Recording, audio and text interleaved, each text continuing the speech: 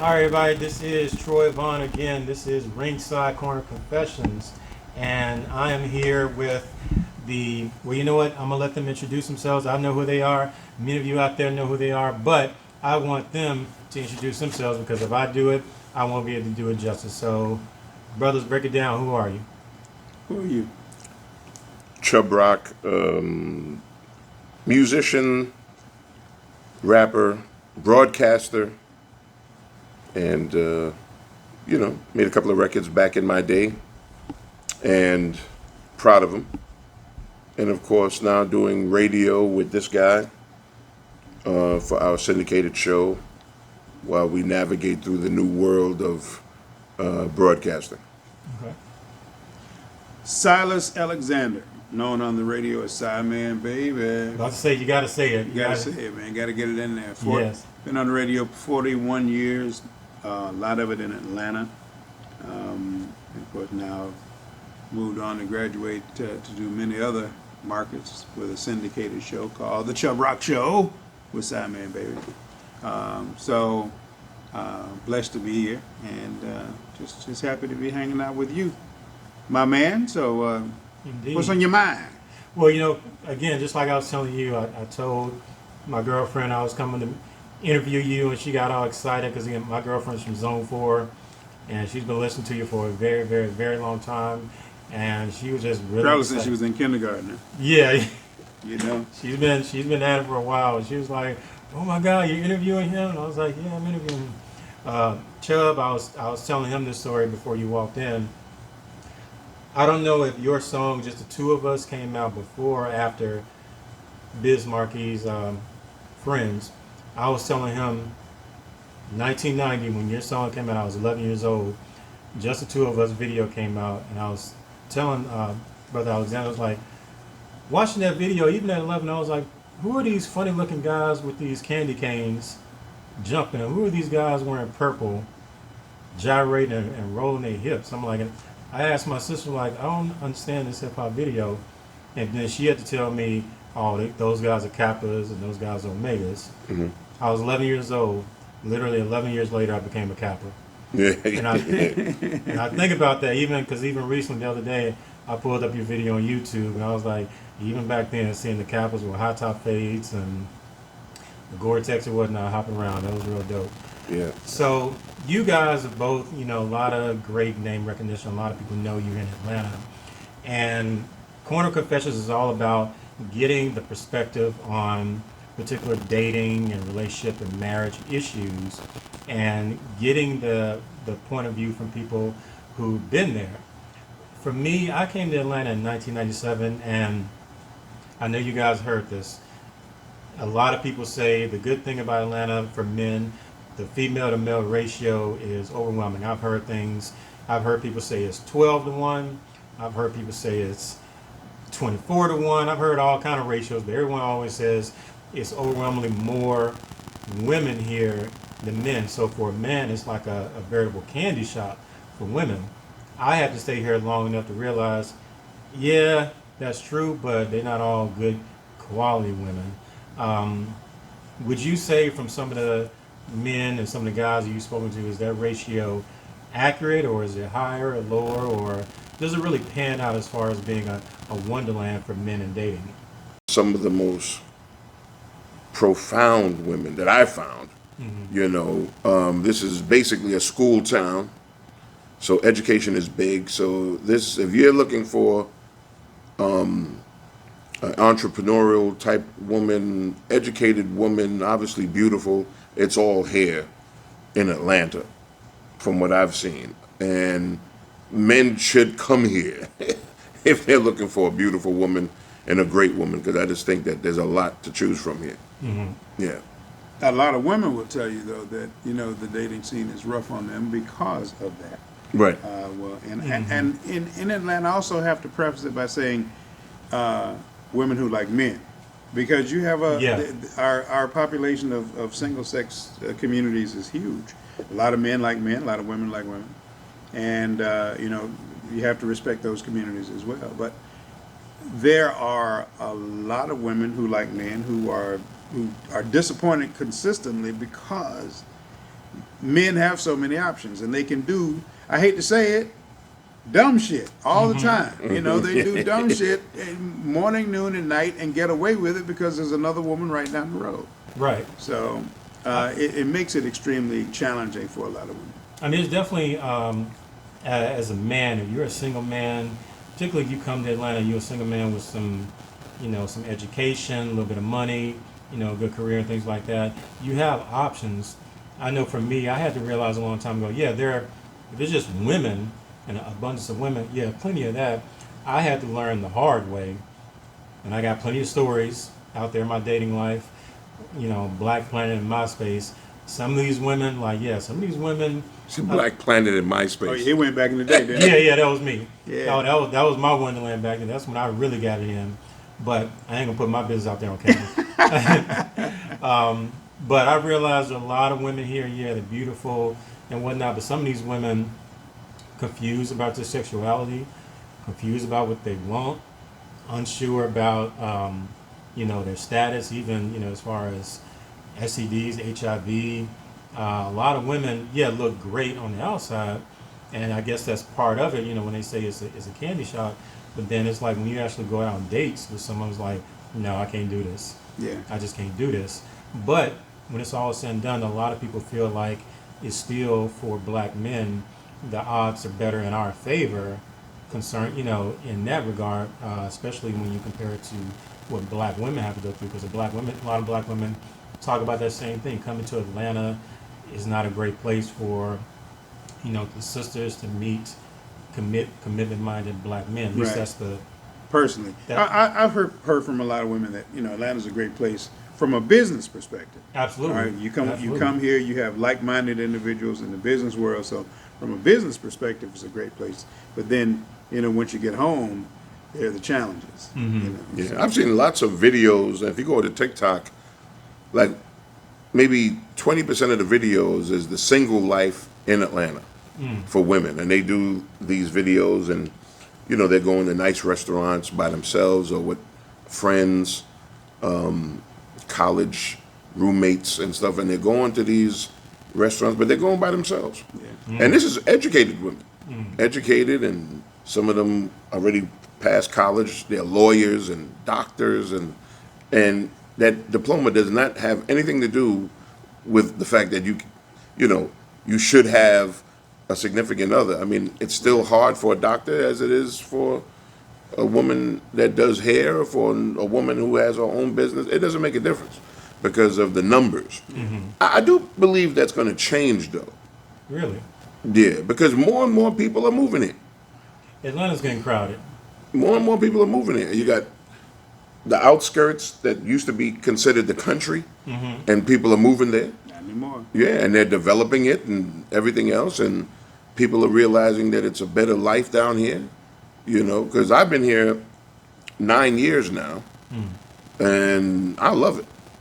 I love it. So you have people that's going to come maybe from the big cities and where it's gotten extremely expensive to live there, and they're like, wait a second, I can't afford that.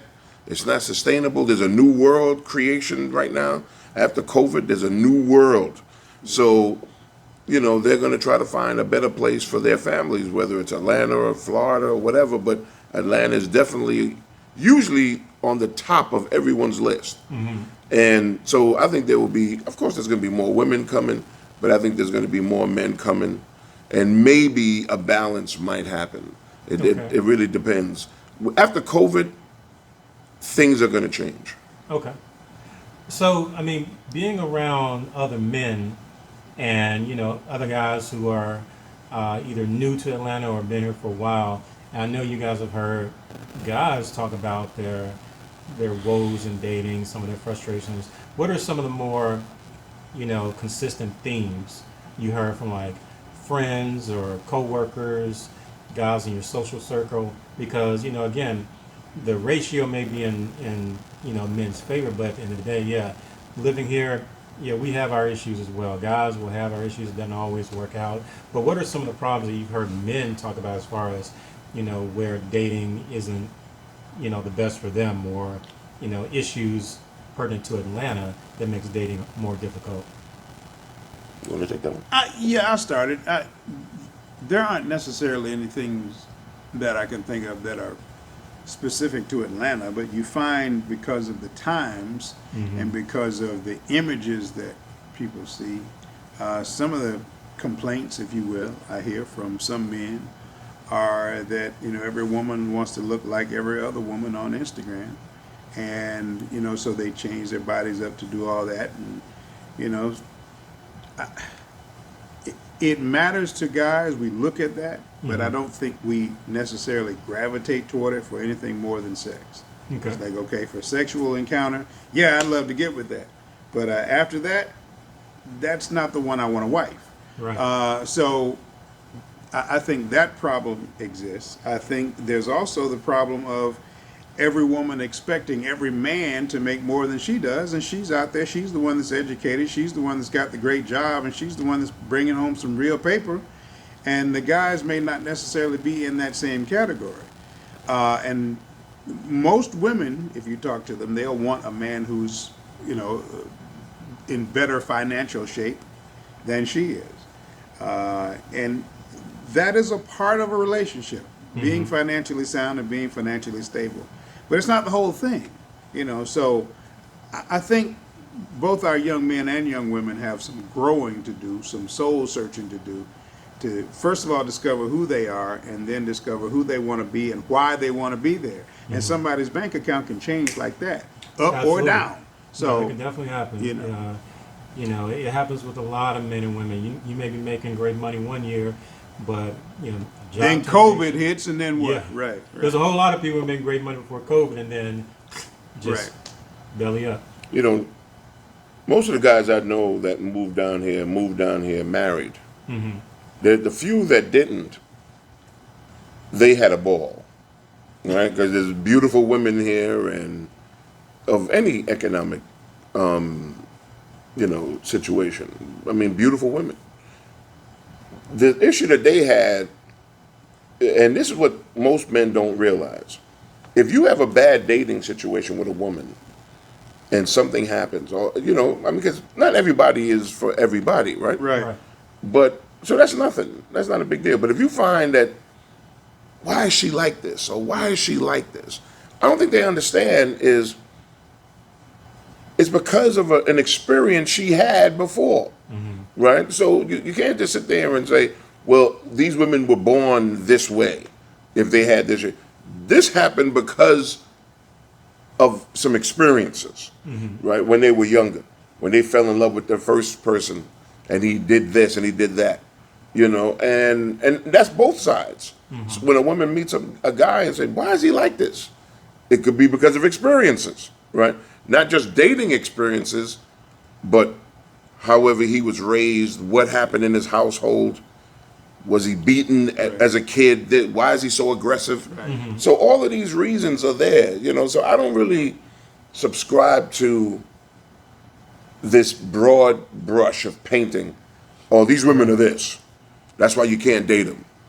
No, there's always a reason why any of us, men and women, have this different thing happening. Right. We don't know the history. No generalizations. Right. We don't know the history. We don't know what went on in their home.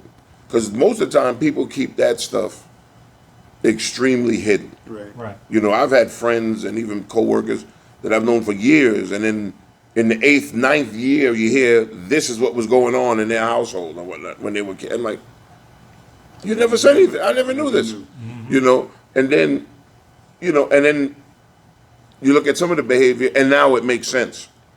Oh, yeah. You feel what I'm saying? So that's the issue about dating. That's why dating is important. So you get to know someone. Right. You know what I'm saying? Right. You get to know them. Right. Hopefully with no judgment. Because No, that's important. That's because we're all out here just products of trying to get it together. You know what I'm saying? We're a work in progress. Everyone. So I think people skip dating sometimes. One date, sex, marriage, or whatever. You belong to me, and dating is good if you actually go through it, right? And because you get a chance to know each other.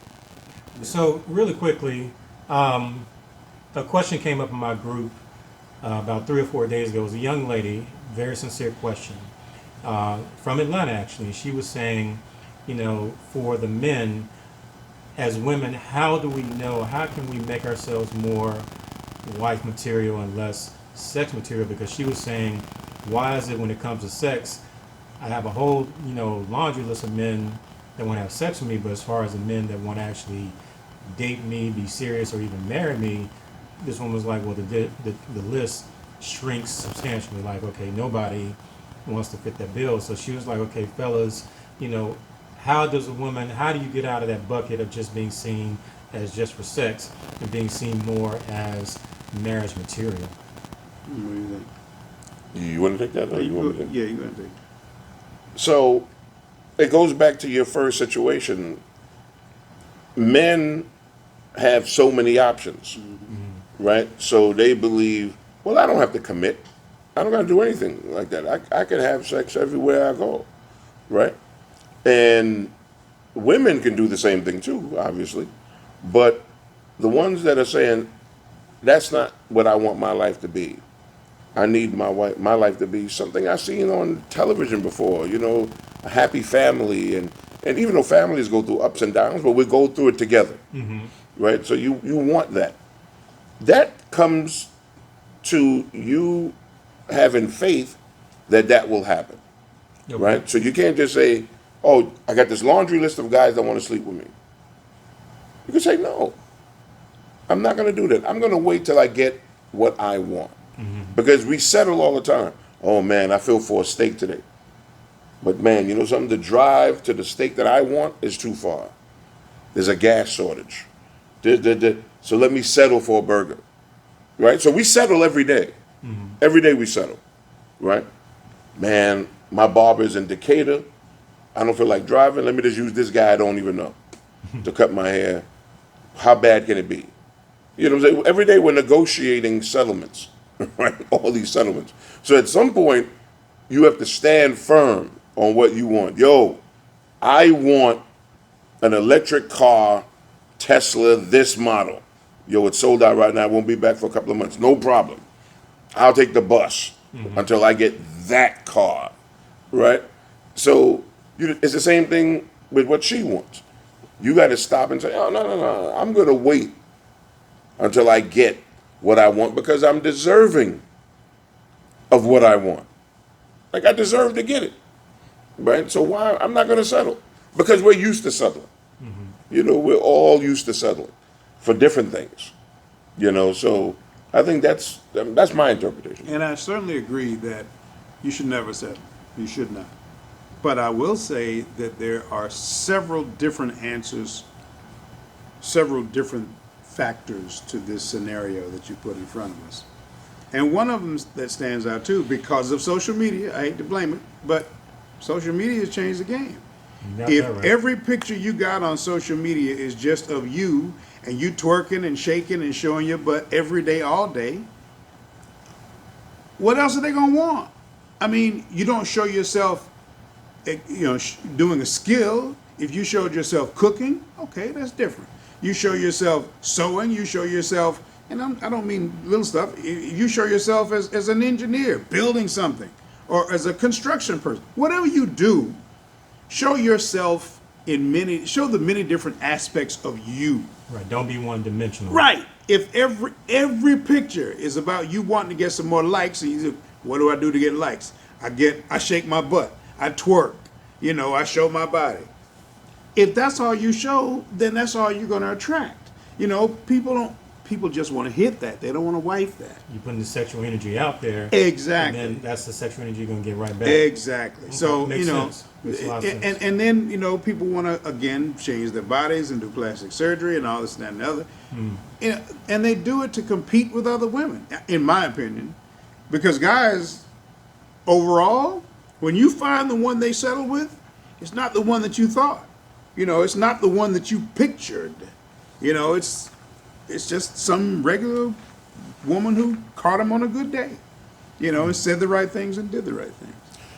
The part of that becomes a double-edged sword for me because I'm Caribbean, and Caribbean people always have this saying, and not to say that it's true either, but you got to do what you got to do to make a living out here. And they have now created a business. I don't know if it was meant for this, but they have created a business for the twerking and the kind of, wearing swimsuits and looking beautiful on Instagram and TikTok. There's a business to it. They're not doing it just for fun. Might have started for fun at some earlier point, 8, 9 years ago or whatever it was. Now they monetize it. It's a monetized situation. So it is a business in a world where the business is changing, right? If you go and you find out the percentage drop yearly of people becoming doctors, it'll scare you because it'll make you think that there ain't gonna be no doctors soon, right? Because it goes down. It does. Because what's the business is tech. Yeah. Right? Oh, The yeah. business is social media. That's the business. So, of course, people have to adjust for what the new business is.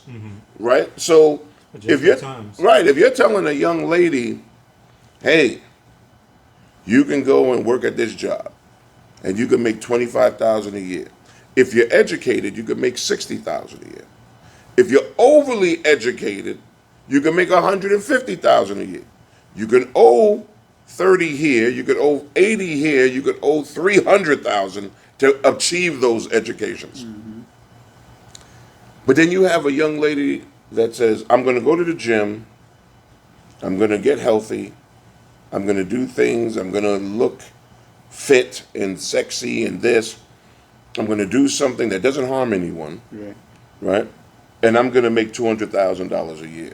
Easy. Putting on various clothing and endorsing products and all these other type of things. I think that's going to be very popular, Yeah. It's a valid point. right? It's a valid point. Because we all got to feed ourselves, Yeah. and we got to feed children, and you want to do this and you want to do that.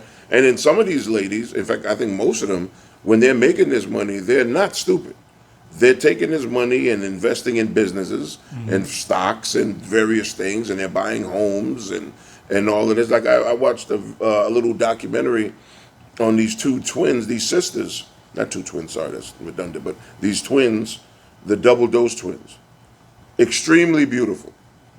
But they're smart ladies. Very, very smart ladies, right? And they're getting involved in businesses. I see them coming up in films and this. The other ladies, I see them coming in films and all this other kind of stuff. They're giving back to the community. Megan Thee Stallion, who was giving back to when the destruction happened in Houston. And that's that. So Cardi B, who has used her platform in the political arena. Big time. So people just have to realize it might look crazy, but that's a new business. It is. Oh yeah. Right? So that's a new business. But it wouldn't be the first time that business affected your personal life. I'm just keeping without, it real. no, without question. Without question. strippers, I'm sure, make a whole lot of money. But when it comes to their personal life, it's got to be challenging. Oh yeah. I mean, when it's you got- talk about, that's one of the things I learned growing up here in Atlanta. Because different, I'm originally from Memphis, and coming to Atlanta, I was like, Dad, there's a Waffle House, a mega church, and a strip club on every corner. Yeah, here. they're here. Every corner is like one of those three things you can find. And I was telling a fraternity brother of mine a long time ago that moved to Georgia. I was like, if you stay here long enough, you're not going to be able to not say you don't know a stripper.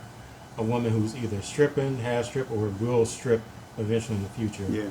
And I'm like, I wonder with the amount of strip clubs that are here, how does that affect dating? Even with the women who are stripping, like you said, are there, you can go to a strip club. Any woman can pay for college or climb out of debt or just make great money going to a strip club.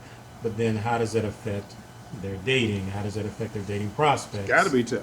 It's got to be tough. I Right. mean, there's because if a man knows what she does, he has to be very comfortable with that. He has to be Very very comfortable. strong. He has to be. Gotta He has tough- to have gotta some tough real. skin. Yeah, and that's not for every man. It's not. I mean, not every man can let his lady go out there and flirt with men every bucket naked every night and make plenty of money. It doesn't mean she's following up with them, but still, it still takes a man with, and they say in the country, it takes a man with a strong constitution. To me, I always thought stripping was something that's has an expiration date on it. Right? Should. It's usually It probably should, but some of them usually has, for the most part, young women. But there's also a racist aspect on that, because there's white strippers all day. I come from New York. There's white strippers that've been stripping all their lives, and all of a sudden some big millionaire comes and, come on, let's go. That's true. That's true. You're going to be a wife now, and blah, blah, blah. Because the stripping is an act. It doesn't necessarily mean you're a bad person and No. you're this and you're that. Not and at you're all. this. Right? Not It at just all. means that this was a decision you made to make a living because of their circumstances. Right. Just like cats who go and hit the street. Should a woman look at you and say, "Oh, you were a drug dealer"? No, I'm not. Hey, I left that. I'm now this, right? Jay-Z, billionaire, right? And probably 80% of hip hop at this point. Yeah. I've left Lot- that, lot of it right? out there. Right, I left that. I'm now a businessman. I got this, I own that, I own this, and da-da-da. So, because everybody has a journey. Everybody has a journey, man. And I feel like Cat Williams. I'm like him. Like, there's no judge, man. There's no judgment, man. I'm working on my 5th second chance right now. That's what Cat said, you know what I'm saying? And I believe that for everybody. You know what I'm saying? So, the stripper thing is different because, this is a stripper kind of headquarters out here. Right. it's the capital. Yeah. It's a lot. And I remember my boy Remo. Man, I don't know why they didn't finish that project, but Remo and them was involved with a documentary about strippers in Atlanta. But there was like some strippers. I've seen some of the interviews. There was like this one stripper, I forgot her name, and she was beautiful, and her IQ was like 171. Right. Or something crazy. Like she was technically a genius, but this is the circumstances. Right. And you had one that was like this talented artist. When you went to like a small little apartment, she had paintings that she did that looked more beautiful than Picasso and Basquiat combined. So this is all about the thing that we talked about earlier. The unfortunate circumstances because of how you grew up. Yeah. Maybe mom passed away when you were young. This happened, that happened, this happened. So that becomes a business again. Yeah. That you pick up and you make that decision one day. Okay, I don't have anything. My child doesn't have anything. I might be able to make $300 for one night. Let me just do it one night. You go there one night. You made $800. Right. Why would you stop? You keep going. You keep going. Because from a business perspective, it makes a lot of sense. And you give any man that same circumstances, and he gets to that crossroad. He's gonna do it. He's gonna do it. Yeah. But Yo, man, drive this brick from Atlanta to Memphis. It's a 5-hour drive. I'm giving you $8,000. we're doing it. Yeah, we're gonna. Kids crying. Nice and slow. You're about to get evicted. I just, I'm from Memphis. Right? You said that. I'm like, what I do? I'm not. Yeah, we drive you nice put and me slow. in- Yeah, I every gotta go to toll, Memphis anyway. every toll paid. Everything. But what becomes a problem again is not the individual doing the business, but the security of the people that person is trying to date. Yeah. Yeah. Those people have to be secure with that person doing the business. Without question. You Without know, question. and that's where the challenges to me come into play. Yeah. And most of those people, if they really love her, will ask her to leave that. Yeah. Or they would come up with a plan. Hey, let's save this money now. I'm making this money now. In a year, I'm going to tolerate it for a year, and then we got to go. Right. Yeah. You I know. know when I was younger, I used to be very, firm, like, okay, I could never seriously date a woman who was a stripper. I was very firm in it. Then I got older and my outlook changed. I said, look, if I met a woman I really liked, she was smart, and she was a stripper, my whole thing is, okay, I would want to know if she had a future plan. Like, okay, Right. is this going to be something she's going to retire doing? Or is this something just to climb out of debt? or pay for college or something like that. It's like if she has a plan to get out, I can rock with that because again, it's like I'm not going to judge her because a lot of us have fallen into financial hard times with debt or money, this and third, evictions, so on and so forth. So like I'm not going to knock a woman for doing what she got to do. And it ain't just strippers. Right. It could be models. There's men that don't want to see their women on magazines and there's half naked either. Yeah. Right. So it's modeling. It's anything. Anything. It's not where you've been. It's where you're going. I mean, you have a lot of men who are dealing with that now. We did a piece on that in my group a couple of months ago. We have a lot of men who are like, their women are now doing OnlyFans, and making lots of money. making more money than a lot of doctors and stuff like that. And the piece was about, okay, as a man, as a husband, are you okay with your woman having an OnlyFans account and showing herself in lingerie or even naked? But the money is so lucrative. The money is keeping a roof over your head. And some of the men were okay with it, and other men were like, "No, I can't do this no more. I can't have my wife out there on the internet, so on and so forth." So it is a lot. It is something that a lot of men have to face in dating. Have to ask themselves, like you were saying earlier. You're saying it's not for every man. If it is for you, then you definitely have to have tough skin. You have to be secure. Yeah. You have to be okay with it. And you really have to talk about it together because I guarantee you, Pastor so-and-so is going to have a problem with First Lady being out there on the OnlyFans page. It's just what it is, and it's going to affect his business. And then it's a connotation because what's the difference between OnlyFans and these reality shows? Yeah. Because they look beautiful on the reality shows. And you got men that say, yo, I don't want to see my beautiful wife on a reality show all the time with men lusting after her. Hey, man, what's the difference? Because one is called OnlyFans and it had what it was supposed to be about or what it really is. You know what I'm saying? So, I mean, there's all kinds of different things. Security in yourself is going to, you have to be a grown-up at that point, right? At some point, you're going to have to be a grown-up. And then communication is going to have to be extreme, right? And trust. Because the main thing is you're trusting that she's not doing, she's not playing away games. Right. But she has to trust that you're not playing away games and you're not even on the OnlyFans or in a strip club, and you can still be doing nonsense. That's right. It has to be a two-way street. You gotta trust both She's ways. out there making all the money. What are you doing, Jody? You driving my car, Jody? Right. There's a whole lot of Jodys out there. Yeah, man. Yeah. So it's a different situation, and sometimes there's dads that'll stay at home watching the kids, and she's doing that.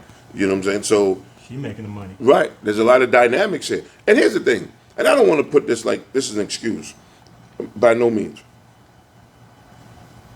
Black men will always have a hard time getting jobs. Okay, education or not. Okay. And then it becomes you have to throw the systemic racism in there, right? Because they do not get certain opportunities. It is what it is, and so you have to throw that into the mix. It changes the game. Women, black women, they're on the top of the totem pole with education, entrepreneur. I mean, over white people. Black women are the most educated population group out of all of them. Period. In terms of advanced degrees and certifications. Period. The most educated group. So it is difficult for black men with education. You understand? And definitely difficult for black men without education. Yeah. So they have a certain set of issues when it comes to trying to date women. Because what about my brother who's the greatest guy? I mean, integrity, smart, everything else, kind, and he works at Big Lots for 20 grand. What, he can't get a doctor?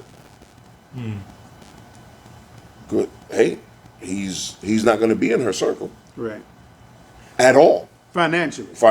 But he may be there mentally. Right. His conversation. And I really meant he won't be in her circle wherever she's traveling to.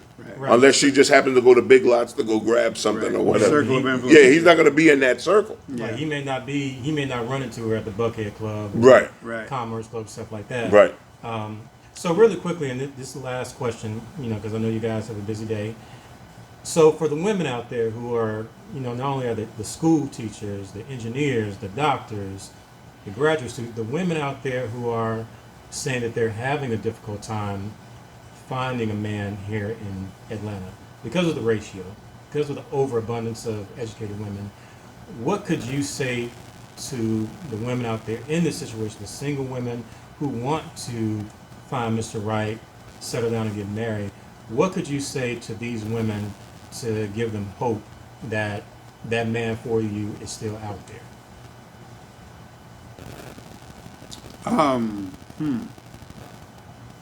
What could I say to give? Or is there hope at all? No, I think there is hope, but with every situation, Chubb just said a little while ago that we settle every day. Mm-hmm. And I guess there's a degree of that, but I'm going to put a different word into settle. Instead of settling, I'm going to say compromise. I'm going to say, Like that. you have to give up a little bit of what you want. The other person will have to give up a little bit of what they want, because none of us are perfect. Mm-hmm. No one is perfect. So you can't have a list. He's got to be 6'4". He's got to be 250. He's got to work out in the gym every day. He's got to make X amount of dollars. He's got forget that. List Chili had Right. back in the day. Right. I mean, okay, there's some things that are going to be attractive to you right off the bat. That's realistic, okay? Mm-hmm. But you can't have a list of people and go down this checklist, and because he didn't satisfy item number 5 and item number 7 and item number 9, and then he's got items number 16, 17, and 18 that I didn't even think of that just annoy me. You have to compromise, and you have to look at yourself, and you have to ask what you bring to the table. This is for men and women. You have to ask, okay, I want this person, but what do I bring to the table? Chubb always tells the story of Dr. Martin Luther King's father. He wanted this one woman. She was... he wasn't educated. He wasn't educated. So, okay, if I want her, I have to be educated. He went, busted his butt, got that education, and got that girl. So you have to find out what it takes to get the person you want, and try to get as close as you can, and understand that there are some things that they're not going to be that are on your list. And I think that's true, all of it. And I think sometimes now what might be a good idea, at least for the ladies here in Atlanta, Atlanta's kind of the hub of the South. So don't be afraid to go out the city. So, I mean, the CIAA is not in Charlotte anymore. I guess it's in Baltimore. But, there's other festivals that happen in Charlotte, 3.5 hours away. Go there. There's some festivals happening in South Carolina. Go there. Don't be afraid to leave Atlanta, and go to some festivals and go to a concert. Yes, you can go see Frankie Beverly in Atlanta, but something? I'm going to go see Frankie Beverly in Memphis. I'm not going to go here in Atlanta. I live here. Let me go there. Let me go see. Let me travel. Yeah, let me travel a little bit. I want to go see, one of my favorite comedians. I want to go see Mike Epps. I want to go see Cat Williams, but I'm going to go to Florida. Mm-hmm. Cat is in Tallahassee. I'm going to go see him there. Mike is in, some other place. Not no long drive, but, 3-4 hours. You make it a day trip or whatever with you and your girls. Yeah, make a girls trip real quick. Yeah, and then you never know who you could meet there, right? And then you can maybe see if that is a different way to meet different men and stuff like that. These things make it easier than ever to date with a long distance. I mean, it's still not as comfortable as being able to go and visit somebody today if you decide to, go take them to dinner tonight. Makes it a little more difficult, a little more challenging. But it also makes it easier than back in our day, right? Back in our day, we didn't have, FaceTime or whatever, and video calls and things like that. You're using 9X and so now, calling people and all this other kind of stuff. I remember I had a pager for like 1 year back in 97. So yeah, that was the pager. Yeah, back then that was. And then a two-way pager. Exactly. Yeah. And then the sidekicks. Back then, I was like, even just a basic pager, I thought I was a shit. I was like, okay, I'm up there now. I only had like 2 people paging me, but it's all right. But no, you're right. I mean, social media, smartphones have made the world just a tad bit smaller and open more doors. So, gentlemen, thank you so much. This has been enthralling. great interview. But before we go, I want to give you both an opportunity. Anything you want to plug, your social media, any businesses or websites you want to throw out there where people can find you? We do a show, syndicated show every day. So you can catch us. The social media part of it is Chubb Rock Show on Instagram and Facebook. My personal is Chubb Live on everything. And you can go to thevibesradio.com to check out the show. VYBEZ. Yeah, VYBEZ radio.com if you want to listen to the show. If you're not in one of the cities that we are in, we have an app that you can also go to, and it's on iOS and Android. Okay. And that's it, just trying to uplift everybody during this crazy new world that we happen to be in right now, Definitely a new world. as we are trying to navigate on what comes next, and try to put some smiles on people's faces and learn from them and everything else. Awesome. There you go. Siman Baby Live. SIMAN. Siman Baby Live on IG. That's the one I look at the most. All right. So catch me there. There it is. Gentlemen, thank you so much. Thank you.